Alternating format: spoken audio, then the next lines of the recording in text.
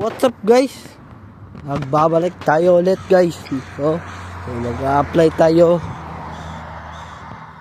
Kasi kanina guys, ang pinunta lang natin sa Westmont sa Dollarama ay Bix lang guys. Pero ngayon mag-a-apply tayo guys.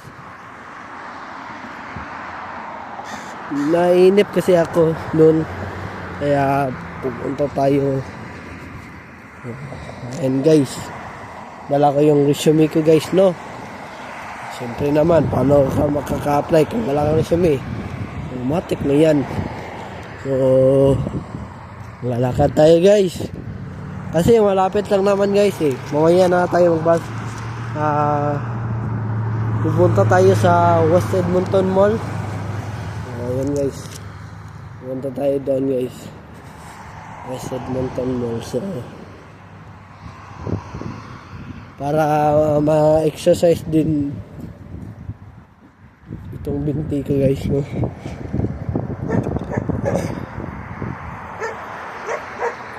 So ayan guys, no? May mahal na aso guys, pero chill lang tayo guys. Hindi lang tayo matatakotin sa aso guys, no? Hindi matatakotin, pero nervous lang guys. Normal lang yan guys, no? So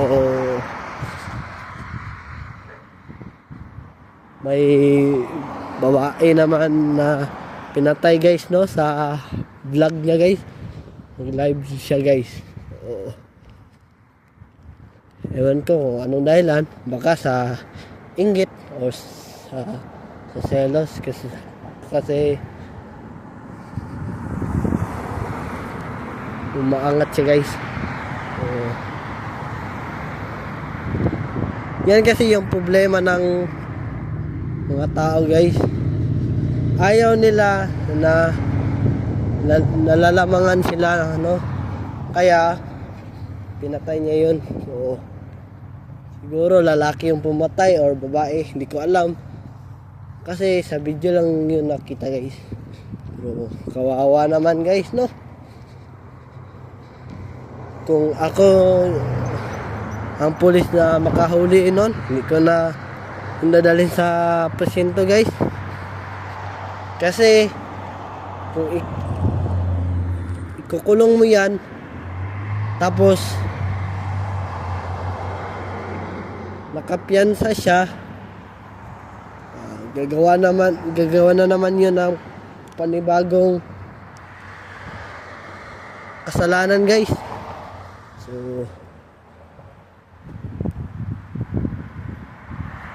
may nagsasabi na may human rights violation, may human rights tayo. So kailangan gamitin natin yung human rights. Mali guys, kasi kapag gagamitin mo yung human rights,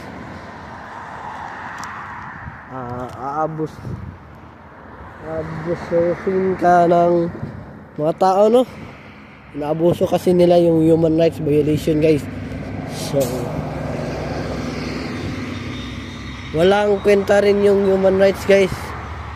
Paano yung napatay? Paano yung napatay niya, di ba? Ano, human rights ka pa, di ba?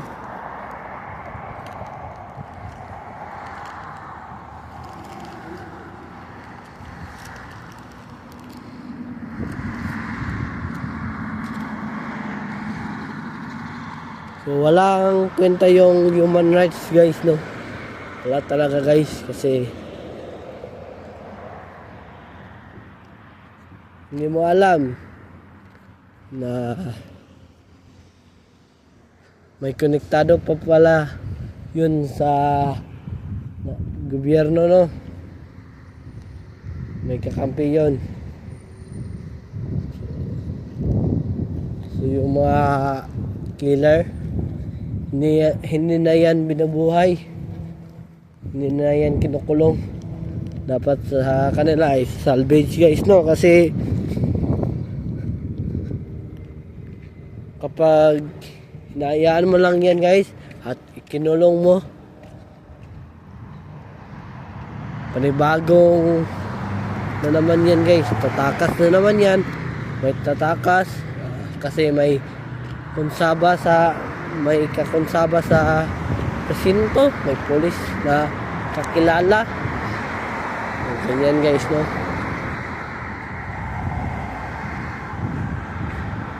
Ayan guys. Rest in peace sa'yo, idol. Rest in peace sa'yo, Angel, no? Angel yung pangalan niya guys.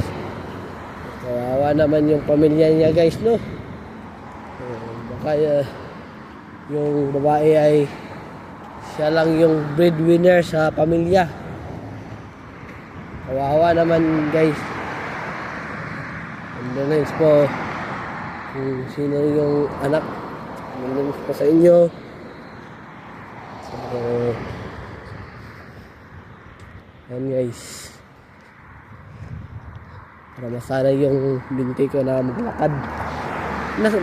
Nasanay naman ito guys. Kaso lang, hindi kasi kagaya sa Pilipinas na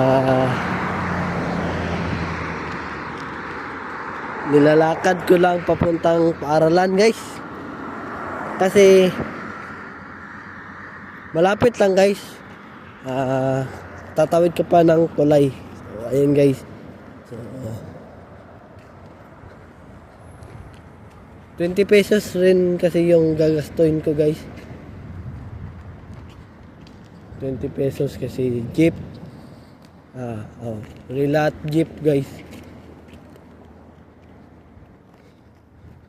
Kaya ako sa Pilipinas guys, nasanay akong maglakad na malayo-layo rin guys, no?